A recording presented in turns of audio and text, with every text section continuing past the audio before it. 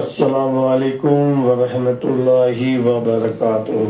وعلیکم میں السلام۔ انڈیا سے یونس بھائی بول رہا ہوں۔ یونس بھائی، عقیل بھائی، میرا سوال یہ ہے کہ میں اپنے شہر چھوڑ کے دوسرے شہر میں منتقل ہوا ہوں، اس کا فاصلہ ہے 200 کلومیٹر کا۔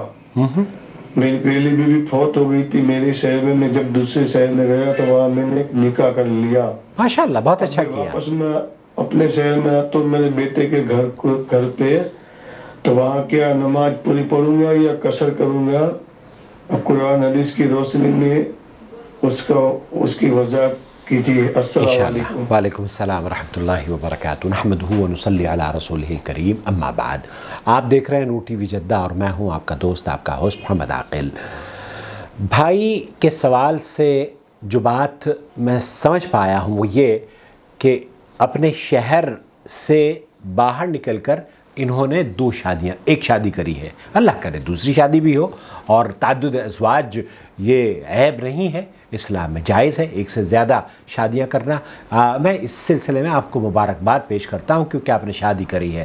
ہمارے یہاں اکثر لوگ جن کی بیویاں فوت ہو جاتی ہیں یا وہ بیویاں جن کے شوہر فوت ہو جاتے ہیں وہ شادی ہی کا تصور نہیں رکھتے، حالانکہ انہیں شادی کرنی چاہیے۔ یہ مسنون عمل ہے آپ کے لیے، آپ کو اللہ تعالیٰ آسانیاں فرمائے، شادیوں میں آسانیاں کیجئے، حلال میں آسانی کیجئے اور حرام سے لوگوں کو بچانے کی کوشش کیجئے۔ نمبر 1، یہاں میری ویڈیو آپ دیکھ سکتے ہیں تعدد ازواج کے اوپر۔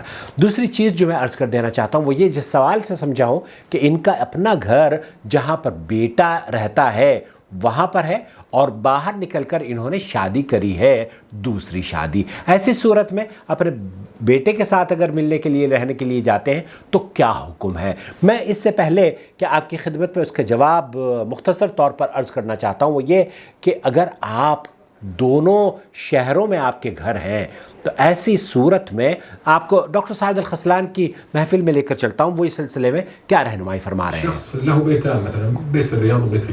ایک آدمی جدہ اور ریاض میں گھر رکھتا ہے، ایک آدمی دلی اور ممبئی میں گھر رکھتا ہے، ایک آدمی کراچی اور لاہور میں یا اسلام آباد میں گھر رکھتا ہے۔ ایسی صورت میں وہ کیا دونوں جگہوں پر قصر کرے گا یا جمع کرے گا یا اسے مکمل نماز پڑھنی ہوگی؟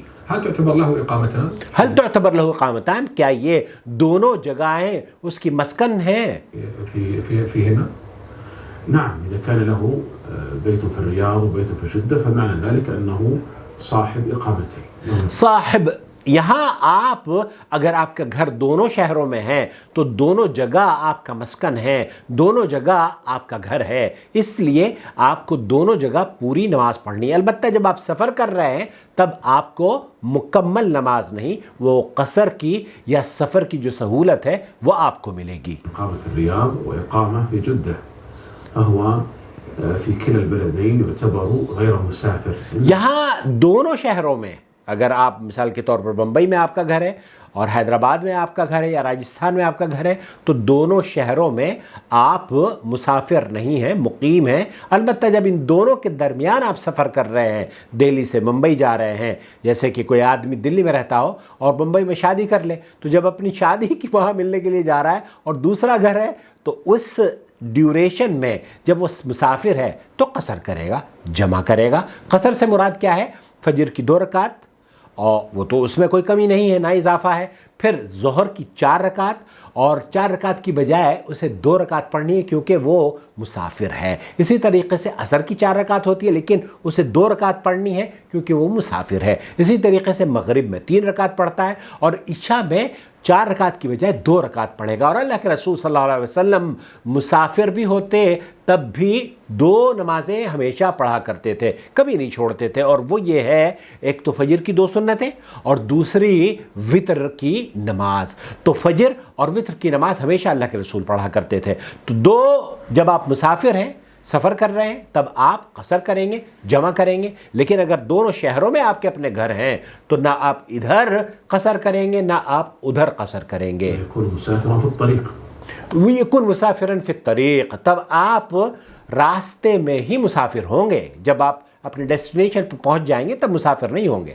ولكن هو يسأل يقول لو مر بالبلد الثاني لیکن ایک آدمی اگر ایسے شہر میں جا رہا ہے جہاں اس کا گھر نہیں ہے، مثال کے طور پر آپ اگر یہ کہتے ہیں کہ میں جہاں رہتا ہوں میری بیوی کا گھر ہے، میں نے جس سے دوسری شادی کری تھی، اگر آپ نے پہلے بات تو یہ کہ آپ کو بہت مبارک ہو، اللہ تعالیٰ اس کو مبارک کرے، بہت سارے لوگ ہیں جو شادیاں نہیں کر پاتے، شادی کرنی چاہیے. مسافرا نقول لا يعتبر مسافر حتى لو مر به لحضور مناسبة أو مر به مرورا، المهم أنه متى ما وجد في البلد الثاني الذي له فيه إقامة وله فيه بيت لا يعتبر فيه مسافرا. یہاں اگر ایک ایسا شخص چاہے وہ کسی شادی کی تقریب کو اٹینڈ کرنے کے لیے گیا ہے لیکن اس شہر میں آپ کا گھر موجود ہے، تو شیخ سعد الخذلانی فرما رہے ہیں کہ آپ کا مسکن ہونے کی وجہ سے، آپ کا گھر ہونے کی وجہ سے آپ وہاں پر مقیم کا درجہ نہیں رکھتے،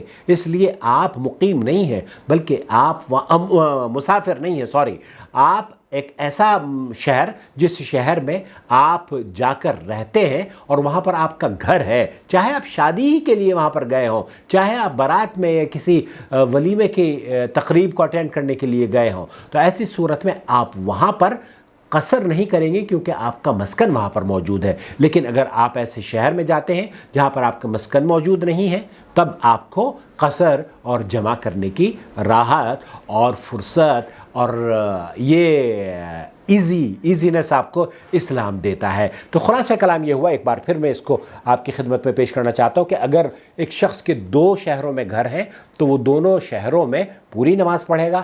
ایک شخص ایک شہر میں گھر ہے، دوسرے شہر میں گھر نہیں ہے، جس شہر میں گھر نہیں ہے وہاں پر وہ مقیم کی حالت میں نہیں ہوگا بلکہ وہ مسافر ہوگا. اور مسافر کے لیے یہاں پر آپ ویڈیو دیکھ سکتے ہیں، اس میں نے وضاحت کی ہے کہ وہ بچیاں بھی جو اپنے والدین سے ملنے کے لیے جاتی ہیں ان کا کیا حکم ہے. میری بات میں سمجھتا ہوں کہ مکمل ہو گئی ہوگی. والسلام علیکم ورحمۃ اللہ وبرکاتہ.